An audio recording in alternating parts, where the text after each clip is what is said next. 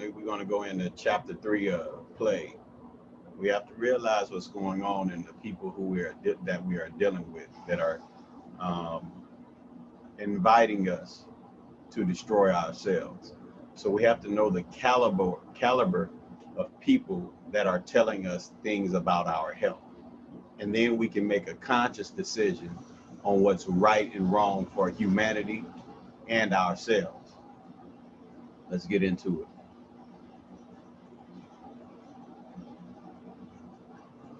Chapter 1, the HHV6 Conference and the Culture of Science. In science, there is maybe more self-interest, a little more paranoia, a little more narcissism, or else why do we go into it? You think you are good enough to solve problems of nature. Many scientists tend to keep things to themselves. If the other person does not get funded, maybe you will be funded. All these things are in play, but these are the worst elements of science or scientists. Dr. Robert Gallo. Barcelona, Spain, May 1st, 2006. Judy MIKOVITS searched for a seat just barely within earshot distance of the keynote speech of Dr. Robert Gallo at the 5th International Conference on HHV 6 and 7, Human Herpes Viruses 6 and 7. Gallo was speaking in the stately grand ballroom at the Hilton Diagonal Mar Hotel in Barcelona, Spain.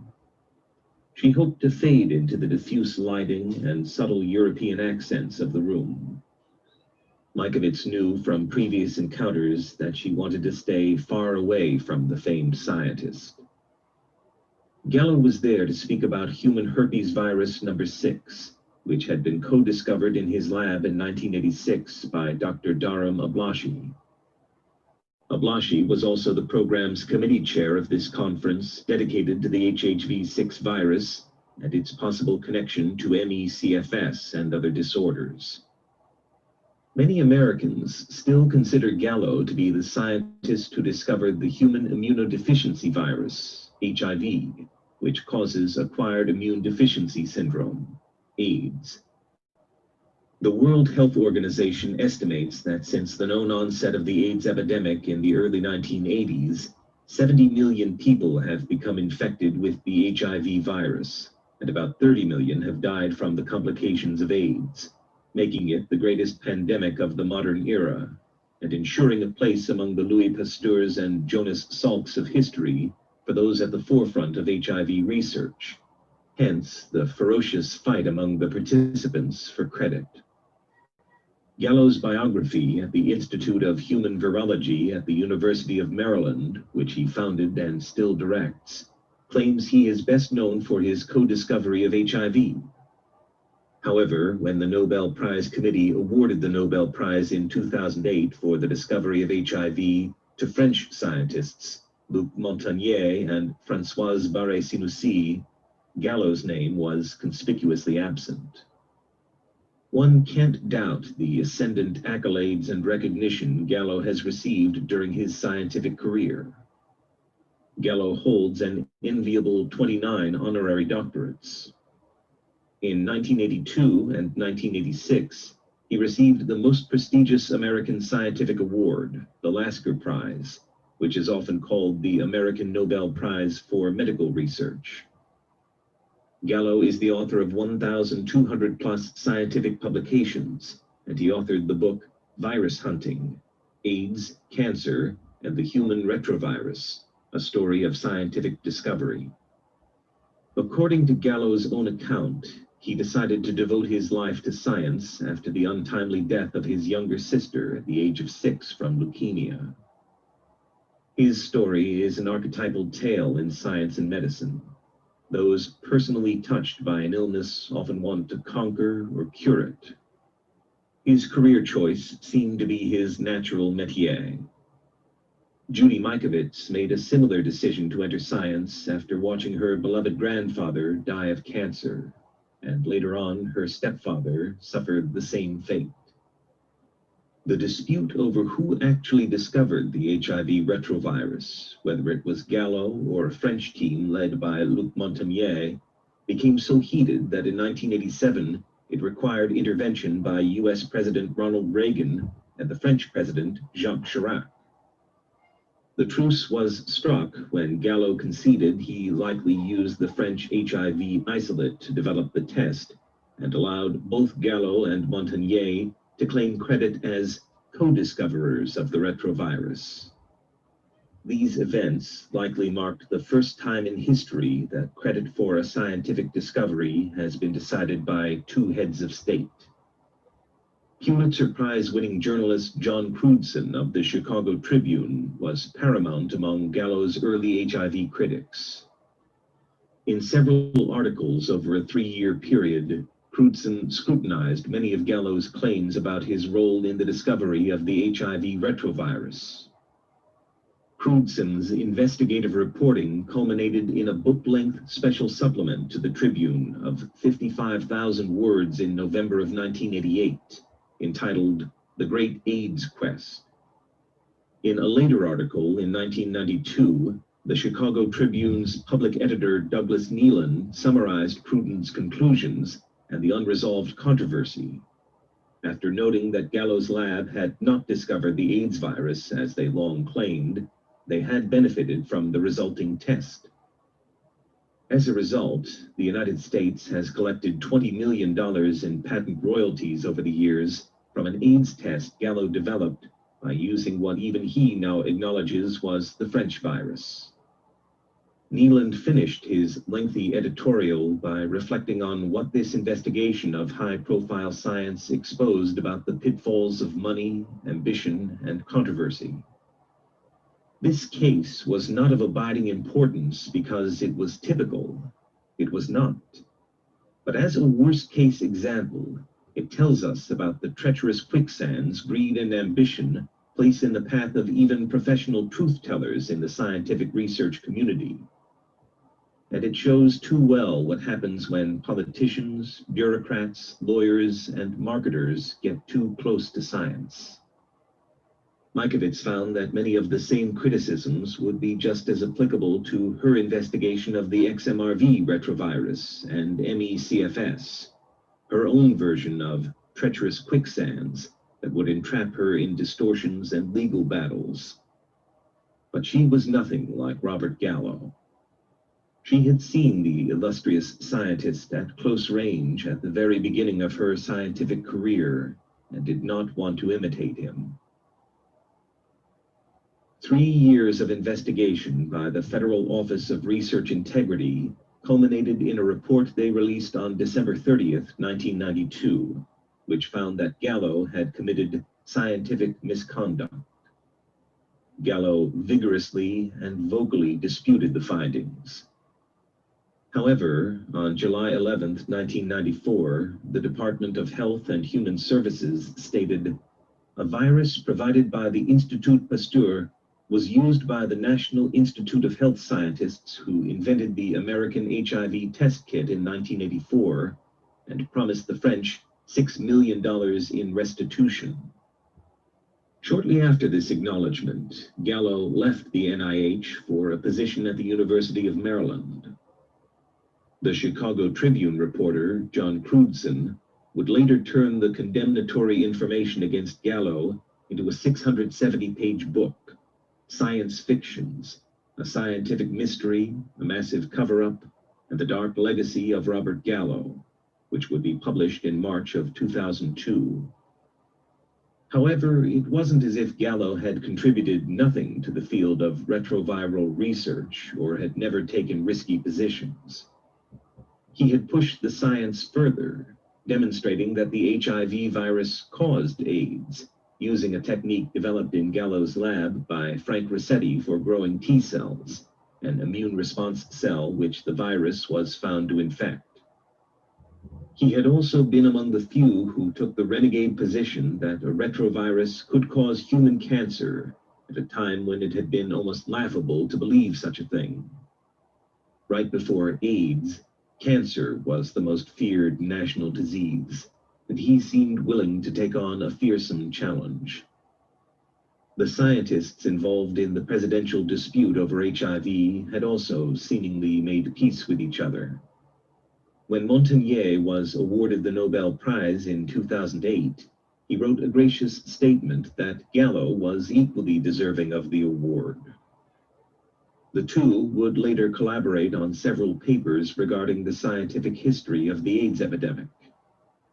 Maria Masucci, a member of the Nobel Assembly, had another take, telling the New York Times shortly after the awards were given, there was no doubt as to who made the fundamental discoveries. The temporary truce between the two giants of retrovirology would deteriorate soon enough. Ironically, the break would not be over HIV/AIDS, but rather over autism. Despite collaborating on the greatest pandemic of modern history, the winds between Gallo and Montagnier shifted dramatically around this other underdog epidemic. On June 4, 2012, Gallo wrote a letter to the Chantal Biya International Reference Center, an AIDS research center in the Central African nation of Cameroon, calling for Montagnier to be removed from his part-time position as scientific director. Gallo was joined in this effort by several others who, like Montagnier, were Nobel Prize winners. A June 19, 2012 article in Nature recounted Gallo's efforts and Montagnier's response. Montagnier deplores what he describes as ad hominem attacks and plain lies, and says that there is an ignominious campaign against him and his group. He says that history is full of pioneers whose ideas were at first given a chilly reception by a conservative research community. I believe this is happening again to me, and it is very sad that it involves Nobel Prize laureates attacking a fellow laureate, he says. The Nature article went on to detail what seems to have been the last straw justifying the efforts to remove Montagnier, his appearance at Autism One, a conference of autism parents and researchers in the field. Montagnier's theory was that abnormal bacteria were causing at least some of the symptoms of autism, and that long-term treatment with antibiotics might be helpful.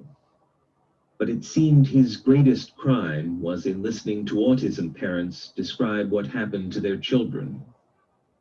He says that he has never argued that vaccination could cause autism. Many parents have observed a temporal association, which does not mean causation, between a vaccination and the appearance of autism symptoms, he says. Presumably, vaccination, especially against multiple antigens, could be a trigger of a pre-existing pathological situation in some children.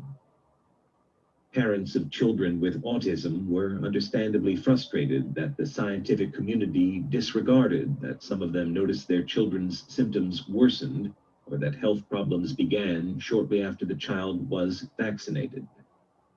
Like Montagnier, MIKOVITS was not into arbitrary social divisions. She didn't like being told who to shun.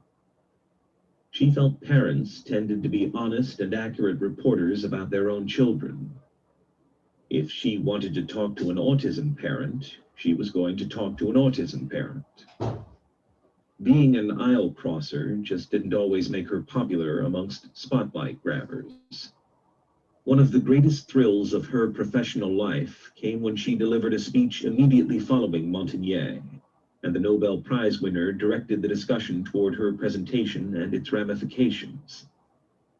Then, in a private conversation following the presentation, Montagnier commented on the XMRV controversy, compared it to his own battle with Gallo over HIV, and told her, "Don't let the critics get you down." Dr. Frank Rossetti, MIKOVITS's mentor and longtime collaborator, was inclined to take a less charitable view of Gallo than Montagnier had offered on the morning he won the Nobel Prize. Rossetti had seen Robert Gallo at close range, working in his lab from 1975 to 1982. Dr. Kendall Smith, a professor of medicine and immunology at Cornell University, recalled meeting Rossetti during those early years at Gallo's lab as he worked on interleukin-2, IL-2. a protein molecule that regulates the body's immune system, saying, "I always describe him as a cross between Leonardo da Vinci and Rocky Marciano, because he is truly a pure intellectual, probably the most well-read scientist I know, and he never pulls punches." Even before he joined her in later battles, MIKOVITS agreed that Rossetti was one of the most brilliant, well-rounded men she had ever met. She saw him as both honest and incorruptible. These qualities, and MIKOVITS's appreciation of them, would form the basis of a more than 30-year collaboration and friendship. MIKOVITS proclaimed that nobody on earth knew her as well as Frank Rossetti, as he had the soul-peering ability of an honestly lived life. Smith's fond memories of Frank Rossetti stand in sharp contrast to what he told the reporter Seth Roberts of Spy magazine in 1990 about Robert Gallo's reaction to his work. When, in 1988, Kendall Smith published a paper in the prestigious journal Science that accurately described the discovery of IL-2, Gallo was infuriated and phoned Smith from an AIDS conference in Stockholm. "Kendall, I haven't read it, but people tell me you were not nice to me." It is a peculiar habit of Gallo's to claim he hasn't read or seen or heard whatever he is vociferously criticizing. The article in Spy magazine also provided an account of the discovery of HTLV-1, the first known human retrovirus. It highlighted Gallo's reaction and Frank Rossetti's response to Gallo's attempt to take credit. In 1978, Bernie Poise arrived at the Gallo lab for a postdoctoral fellowship and was put under the tutelage of Rossetti. For years, Gallo's lab had been looking for retroviruses that infected myeloid cells, as retroviruses were known to cause cancer in animals. Researchers wondered whether they could do the same in humans. With Rossetti's help, Poise found a retrovirus within months, and the two of them planned to publish an article on the discovery. Then Gallo called Rossetti down to his office and suggested Poise be taken off as first author. Rossetti refused. Gallo told him he was unlikely to get far in life with an attitude like that. Poise compares the discovery of HTLV-1 to the Celtics winning an NBA championship. Poise was like Larry Bird, Rossetti was like the coach, and Gallo was like the general manager. Yet in the decade that followed, Gallo, who had not done any lab work for years, received almost all the credit. Although MIKOVITS would never work directly under Gallo, she found herself locking horns with Gallo and NIH officials at her very first research job. And like Rossetti, she would not back down. "Science is a very difficult thing to do well," said Frank Rossetti in 2013, reflecting on his research career of more than 40 years and experience as the senior investigator and head of the leukocyte biology section in the Laboratory of Experimental Immunology at the National Cancer Institute. "And there are two ways to get ahead. You can struggle in the lab, work your tail off, and get some publications. The problem with that approach is that it's a profession which relies on the integrity of individuals to be anonymous. Anonymous in getting funding, anonymous in reviewing manuscripts, and that anonymity depends on the integrity of the individual. In Rossetti's opinion, Gallo's brand of ruthless jockeying is common in research, as many scientists become intoxicated by scientific celebrity and quickly throw away their integrity. As in any field, science could involve substantial social networking and favoritism. Then there are a group of scientists who believe it's never important to be first, but to be second and third, and write the first review article," said Rossetti. "Those scientists will then use political connections to convince the world they're great. And unfortunately, our field is full of people like that. and they tend to be the more famous ones. Rossetti recalled an incident in the early 1980s when he went to see two leading scientists about obtaining some HIV samples for research. The scientists were happy to share the samples, but one couldn't stop talking about how much he hoped this research would land him a spot on The Tonight Show with Johnny Carson. To Rossetti, there seemed to be a lust for the limelight, a great man complex, when in truth, science should be a collaborative process. In Rossetti's view, this thirst for personal glory and recognition threatened the purity of science. MIKOVITS had entered her early professional life with enthusiastic determination. She graduated from the University of Virginia in May of 1980 with a BA in biological chemistry. She was the only one of the 4 children in her family to go to a 4-year university. Recognizing her promise, Anne Harp Peabody, a high school English teacher at Jeb Stuart High in Falls Church, Virginia, was instrumental in getting MIKOVITS the financial aid to attend. Right before MIKOVITS's graduation from college, Time magazine ran a cover story on March 30th, 1980, about the discovery of interferon, which held the possibility of being a cure for cancer. From the day her grandfather had died several years earlier of cancer, MIKOVITS promised him and herself that this disease would not devastate other families as it had done hers. As with Gallo, her familial history of disease had thrust her into cancer research with a sense of calling. She also didn't want to waste any time getting started.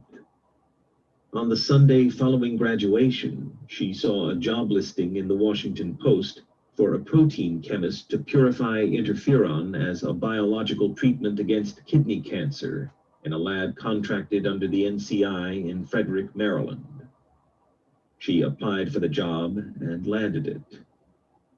In 1982, Gallo contracted to MIKOVITS and her colleagues the task of purifying HTLV1 retrovirus from infected cells grown in 250-liter fermenters using a continuous flow centrifuge. But there were risky issues with his methodology.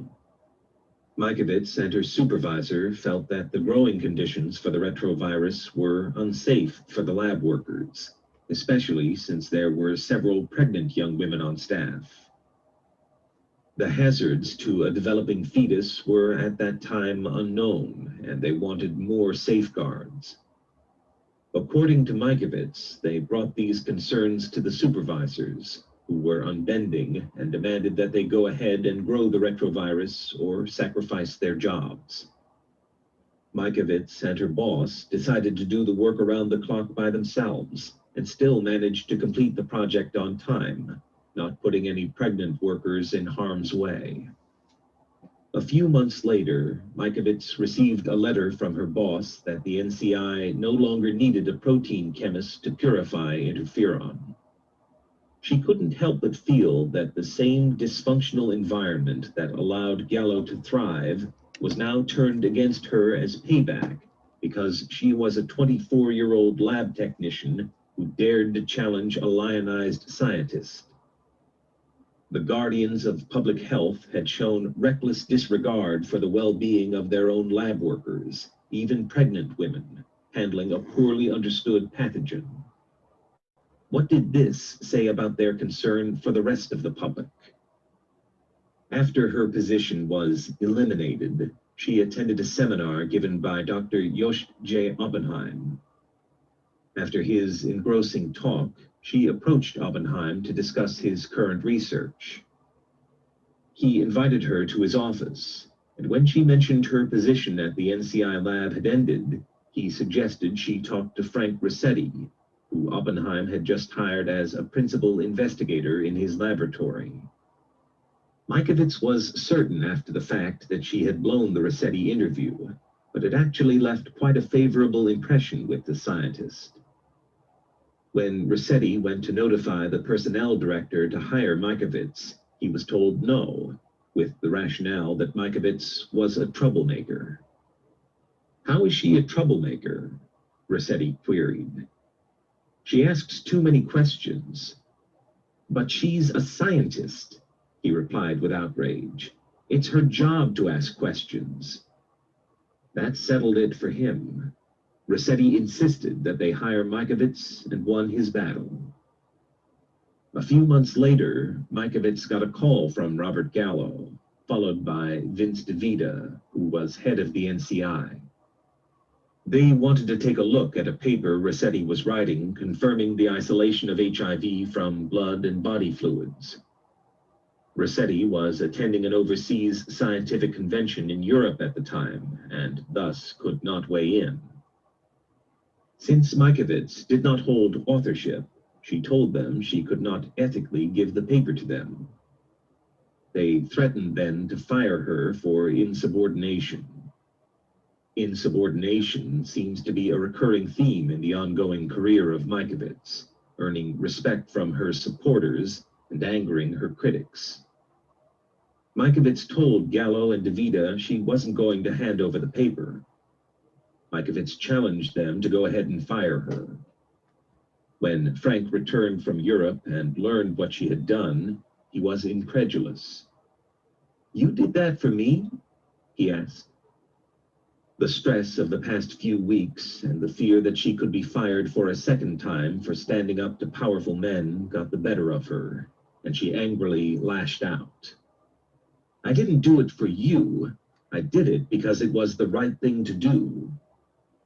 Rossetti was impressed and bemused by the brassy courage of his young protege. This was clearly a very special young woman. Shortly after MIKOVITS told Rossetti what had happened in his absence, he got a call from Gallo. "You know, Frank, the NIH can't afford to have two different labs discovering this. You have to send me your virus to make sure it's the same as my virus." But Rossetti had been down too many dark alleys with Gallo to enter his circle of trust. Rossetti replied, "Well, thanks, but no thanks. Congratulations on confirming the isolation. But I'm going to flush my virus down the toilet rather than give it to you." Rossetti would later observe that there were a number of dominant people in science who believed things were true simply because they spoke with an authoritative utterance. Their underlings lived in fear of them because of how they could change the trajectory of a researcher's career. Unfortunately, a commanding phrase could take on a life of its own, outlasting even its definitive disproof, which was how some dominant figures rose to the upper echelon of the scientific hierarchy in Rossetti's estimation. "Gallo's a classic example," said Rossetti. "Unfortunately, there are a lot of people like him in science." When Gallo hit a crosswind several years later regarding his claim to have discovered the HIV retrovirus before Montagnier and Barré-Sinoussi, MIKOVITS and Rossetti weren't exactly surprised to see him sputtering against a backlash. However, there was no such controversy surrounding the discovery of human herpes virus number 6, HHV6. The dispute surrounding HHV6 would be about its possible connection to various debilitating or deadly human diseases. Working at Gallo's lab a few years after Rossetti had left, Doctors Syed Zaki Salahuddin and Dharam Ablashi first reported the isolation of the virus. Pictures of white blood cells which had swelled, earning the nickname juicy cells, showed they had been infected by the virus. These findings were published in the journal Science in October of 1986. The infected cells appeared to be B cells, but the virus also seemed to target T4 lymphocytes, otherwise known as CD4 cells, a key part of the immune system. Patients with AIDS soon tested positive for the newly discovered herpes virus, which may not have been initially groundbreaking, since AIDS patients tested positive for numerous opportunistic infections, including others in the herpes virus family. Then reports filtered into Gallo, Salahuddin, and Ablashi that the so-called juicy cells were seen in other patients with unrelated immune system disorders, including young children with seizures, as well as adults and children with blood disorders, kidney problems, or NECFS. Of course, this raised the question of what causal factors could create commonality in these seemingly disparate hits to the immune system, and which virus or retrovirus was the driver, and which ones were passengers.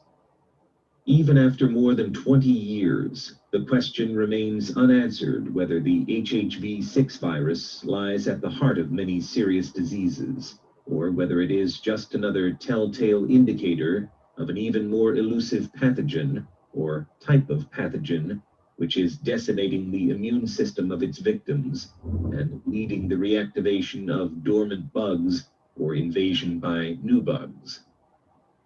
However, with AIDS, the 1-2 punch of HIV and its co-infections became textbook information. HIV compromised the immune system, leading to secondary opportunistic infections. To treat AIDS, antiretroviral drugs had to be used as primary treatment, with treatment for secondary infections as a next line of course, because this was the way to deal with the 1-2 punch. Treating opportunistic infections alone in the early years of AIDS had resulted in gravely shortened lifespans and massive carnage, even when it did prolong life.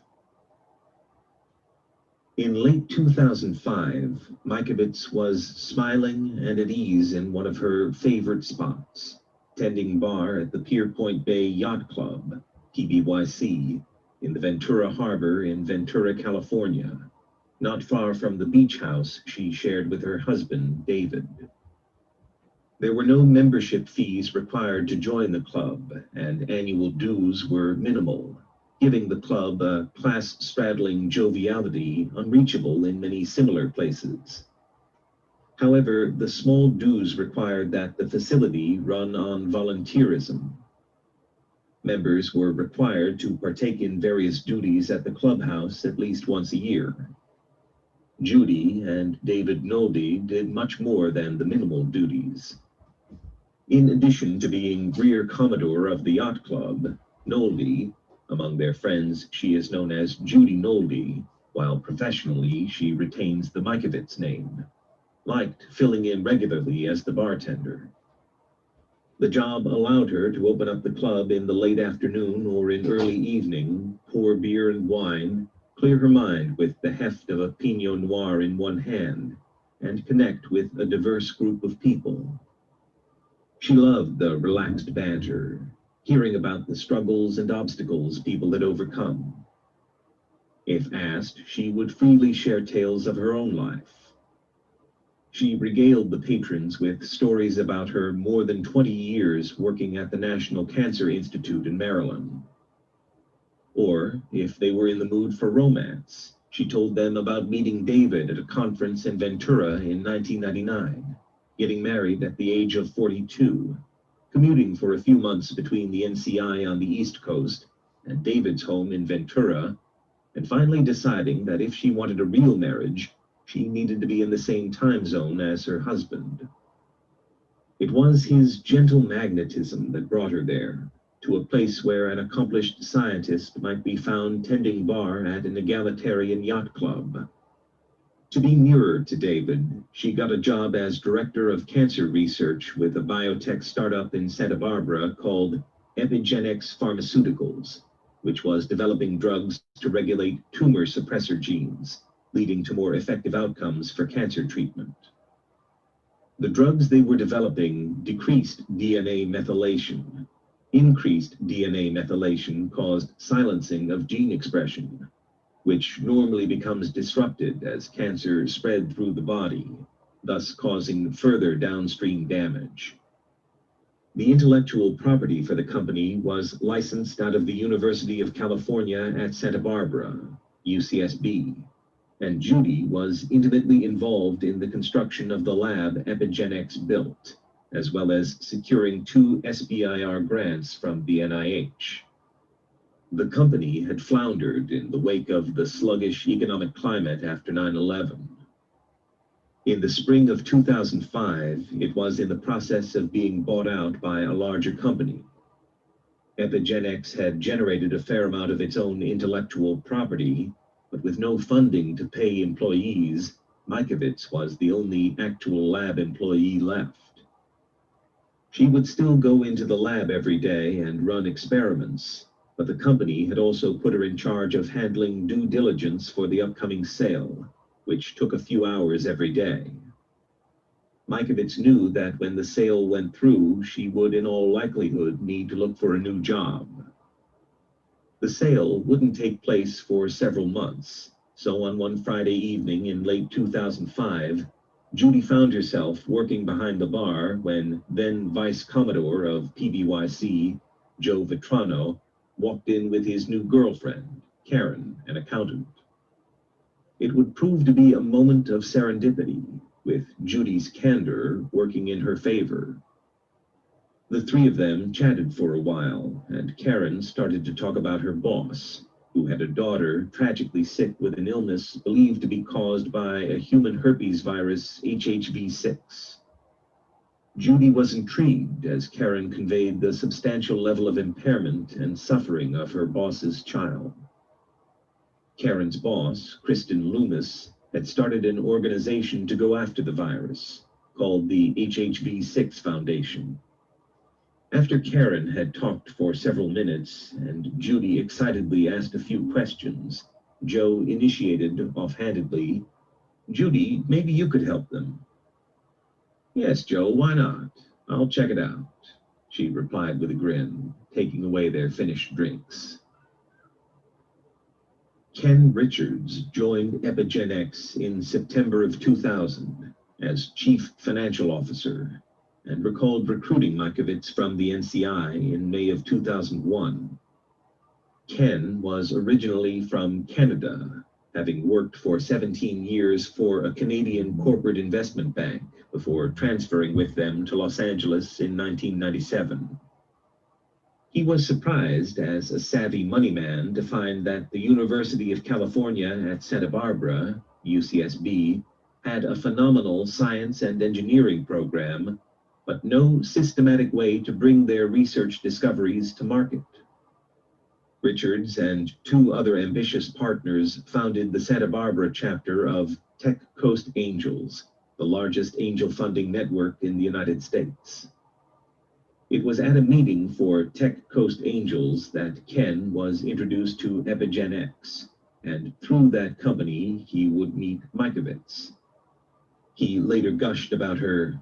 "Judy was a very well-spoken, knowledgeable, and dedicated scientist who wanted to do everything possible to find effective treatments for cancer," said Richards.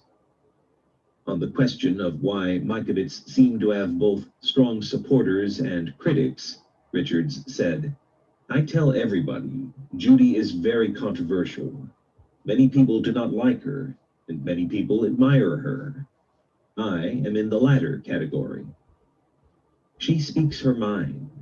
When she develops a view, she is dedicated to that view and will defend it fiercely. She's combative in a positive sense, and that tends to irritate some people." Richards believed that many of MIKOVITS's detractors had fallen victim to an unconscious form of sexism, in which an assertive woman was viewed as a bitch, while a man making a similarly impassioned defense of his position would be admired and respected for his firm stance. It seemed like the kind of post-feminist statement that perhaps only a man could make and be fully heard, especially regarding a disease like ME/CFS that was incorrectly thought to only affect women and had been derogatorily referred to as yuppie flu in its early years, with mocking press implying that women contracting the disease were overly driven. Even though MIKOVITS would eventually leave Epigenix, her tie with Richards would remain solid, and he would remain a steadfast supporter. In 2011, Richards was putting together a private equity firm to invest in early-stage technology and biotechnology companies. We needed somebody with a strong science background. The first person I thought of was JUDY MIKOVITS. When a few higher-ups asked questions about bringing on this controversial figure, Richards had several cards to play on JUDY's behalf. In addition to a recommendation from the respected Frank Rossetti, Nobel Prize winner Luc Montagnier was very supportive of JUDY and wrote highly of her work and her integrity when he penned a recommendation to the Yorkbridge management. After her chance run-in at the yacht club, MIKOVITS did some cursory research on HHV6, and within a few hours felt comfortable that she understood most of the issues, mainly the question of whether HHV6 initiated the disease process or was simply a consequence of a poorly functioning immune system. The questions were much the same as they had been in HIV/AIDS research. Her doctoral thesis had in fact been on the development of AIDS from HIV infection. She had the curious experience of defending her thesis shortly after the basketball player Magic Johnson had announced he had tested positive for HIV in November of 1991.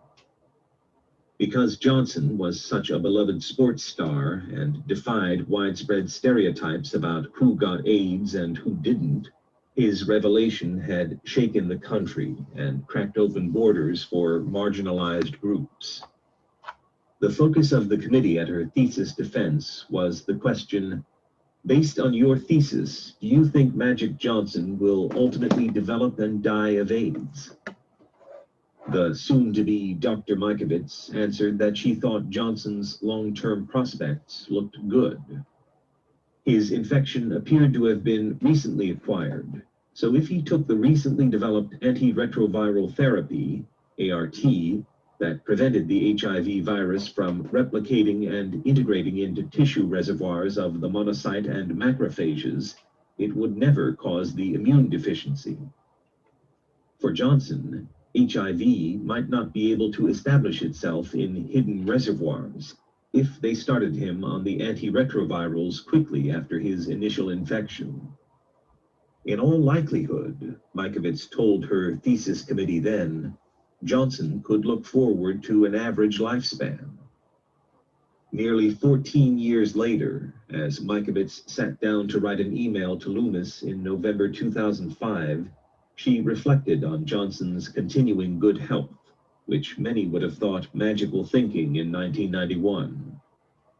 She included her resume in the email and details of the upcoming sale of Epigenex. Loomis emailed MIKOVITS back within a few hours, and they made plans to meet at Loomis's house in Montecito. They talked for much of the afternoon. Loomis said she was interested in bringing MIKOVITS on staff in some sort of research capacity. Oblashi had the title of research director, so that would remain with him. But some position would be found for MIKOVITS. MIKOVITS wrote an excited email to Rossetti about the job offer, noting how much she disliked the turmoil of Epigenex's pending sale, being put in charge of due diligence for the sale, and that, more than anything else, she wanted to get back to working with patients and doing research. Rossetti was a little more cautious, hesitant about the involvement of Oblashi. He thought Oblashi was cut from the same cloth as Gallo, and part of what had gone wrong in retrovirology in the past 30 years, turning what should have been a collaborative search for truth about the greatest scourge of recent history into a cruel and brutish competition for individual glory. Against the advice of Rossetti, MIKOVITS took the job. Within the first couple of weeks she worked as a consultant for the HHV6 Foundation, MIKOVITS took Loomis to her lab at Epigenex. Loomis was excited over the large freezer they had at the facility and explained that she worked with Dr. Daniel Peterson, a physician in Incline Village, who, along with Dr. Paul Cheney, stumbled upon and then started treating the walking wounded from the first modern outbreak of what was called at the time chronic fatigue syndrome, CFS, at Lake Tahoe in 1984 to 1985. The name would later be changed to myalgic encephalomyelitis chronic fatigue syndrome, MECFS. It was a surreal reality for these small-town doctors in the placid setting nestled in the mountains, like being in a remote area of the Alps, unaware that it was wartime and finding an office filled with never-before-seen injuries. The patients kept stumbling into the practice in Incline Village, as baffled as the doctors, while Peterson and Cheney tried to take detailed testing and records with little certainty about what to offer beyond symptomatic treatments. Peterson reputedly had a repository of blood samples dating back to that first outbreak, which would be ideal for research. MIKOVITS dreamed of the diagnostic tests she could run on the blood. Loomis told MIKOVITS that she and Peterson should write papers together, since that was not one of Peterson's strengths, whereas MIKOVITS had more than 40 published articles to her name. After the initial burst of excitement of the first couple weeks, though, there was a disconnect between what MIKOVITS thought she would be doing and what she was assigned. MIKOVITS figured a bright spot might be preparing for the 5th International Conference on HHV 6 and 7, to be held later that year in Barcelona, Spain. Loomis wanted her to find companies and individuals to sponsor the meeting. She knew that MIKOVITS had many contacts from her years at the NCI and her years in the biotech field. MIKOVITS reviewed the abstracts for the conference, knowing the rigorous standards the pharmaceutical companies and scientific experts would expect. After reading the abstracts, she grew more despondent. There was no real uniformity to the papers, and MIKOVITS felt she could not present the idea of sponsoring the conference to any of her colleagues, due to the fact there was so little actual science in any of them. It wasn't necessarily a criticism of the scientists. It was largely a reflection of the paltry level of funding given to study the virus. Without serious money given to study a problem, nobody could be expected to produce high-quality science. Loomis was upset when MIKOVITS said she couldn't find any sponsors for the conference among the scientists and organizations she knew. After those aimless early weeks, and after talking it over with her husband, MIKOVITS made a decision. She had promised to go to the meeting in Barcelona, but when the conference was over, she would leave the HHV 6 Foundation and look for another job. Barcelona, Spain, May 1st, 2006. Gallo finished his dinner talk, and MIKOVITS was glad she had been able to avoid listening too closely. The pharmaceutical reps at her table had been lively company. To the public, Gallo was still a respected figurehead, but some viewed him as somebody who had been saved, because a true accounting of his misconduct would have been a stain on the prestige of American science. After Gallo's talk, there was an award being given to one of the members of the board of directors of the HHV 6 Foundation, Annette Whittemore. MIKOVITS knew the name, but had not otherwise been aware of the Whittemores until the award announcement and the letter written by her husband Harvey as a prelude. MIKOVITS learned that Annette's father had been a doctor for small rural communities in eastern Nevada. Later, MIKOVITS would learn that Annette's father had delivered all of Senator Reed's children. Annette also had a degree in special education and had worked for several years with children who had autism. She appeared a bit overwhelmed by the tribute, kindly thanking the group before quickly exiting the stage. As Annette stepped down from the podium, MIKOVITS couldn't help but reflect on the contents of Harvey's letter, detailing what a loving, virtuous person Annette seemed to be. Just the kind of person MIKOVITS wanted to be around. Barcelona, Spain, May 3rd, 2006. Dan Peterson gave the morning presentation on the final day of the conference. He was listed in the program as Principal Investigator, Chronic Fatigue Syndrome and Immune Dysfunction Syndrome, out of Incline Village, Nevada. It was only fitting he should have such an exalted title, given his association with MECFS ever since it had appeared amongst those snow-capped peaks in 1984 and 1985. MIKOVITS sat in the back of the room, thinking she had only a few more hours left of the conference, and her attention was waning a bit, when Peterson came to his last slide. The slide contained data from 16 people with MECFS and the various cancers they had developed over time, which obviously piqued her interest after so many years at the National Cancer Institute. In addition to the cancers, the slide showed the results of their immune cell testing. The T cells showed some unusual abnormalities known as clonal rearrangements.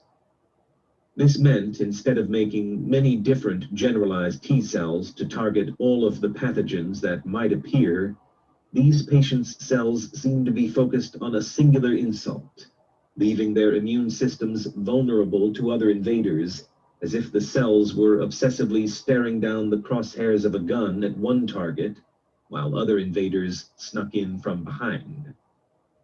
This piqued MIKOVITS's attention because T cells eliminate virus and cancer cells, and abnormalities meant the body would have a reduced ability to fight off a viral pathogen. A chronic viral infection lying in wait for many years might end up causing a cancer. MIKOVITS also saw on the slide a few mantle cell lymphoma cases. At the time, she was participating in a cancer support group in Ventura, and a few of those women also had mantle cell lymphoma. MIKOVITS's years at the NCI working with Rossetti had drilled into her the idea that whenever one saw a cluster occurrence of illnesses, one should think about pathogenic causes. This dictum wasn't always true, but it was a logical place to start. Peterson told the assembled group that he didn't know what the unusual T-cell abnormality meant, and stated that if anybody had any idea, they should come up and talk to him. MIKOVITS nearly sprinted up to the podium to grab his attention. They talked for several minutes, and Peterson was enthusiastic about her expertise, and invited her up to Incline Village to look over his files and talk with patients. She would meet with the Whittemores and with Peterson, who was treating the Whittemores' aforementioned daughter, Andrea, to see if there were any ways she might assist their efforts. MIKOVITS also thought she might be able to link the mystery of the T-cell abnormality to the pathogenesis of MECFS. Exciting collaborations seemed to be afoot, and MIKOVITS was unexpectedly looking toward Nevada, a state that had used the slogans "wide open" and "battle born." Both slogans would prove prescient for her as she ventured into what seemed to be a wide open field of possibility and found herself battling bullying opposition and intangible demons. Reno had hosted its own slogans and nicknames over the years too, such as "a little west of center" and "far from expected," catchphrases that seemed to connote a climate of broad-minded risk-taking that would welcome an insubordinate scientist who stuck to her guns. Chapter. Okay, fam. Judy's been through a lot in her career, as you hear, dealing with a lot of criminal-minded, egotistical demons. And these criminal, egotistical demons are murderers. Millions of people have suffered from their egos and their bioweapons, I shall say. So reality and a facade are two different things. There are different ends of the spectrum. And reality and truth, when it shows up, the lie just tends to disappear. So that's what we're going to do for Dr. Fauci. We're going to bring all of his lies to the forefront. So all of his demonic, murderous acts will be held accountable so he can disappear and pay for his sins. It's time. Mother Nature is going through a cleansing process. Mother Earth is cleansing herself of all the parasites. And this little itty bitty parasite has caused catastrophic damage. And we need to rid ourselves of it. Judy needs to be honored. And we're going to keep her alive. And we're going to keep her name going. And we're going to buy her book, Plague. Chapter 4 coming up. It was actually chapter 2, then two introductory chapters were just introductory chapters. But we're getting into the meat of things now, people. Let's go.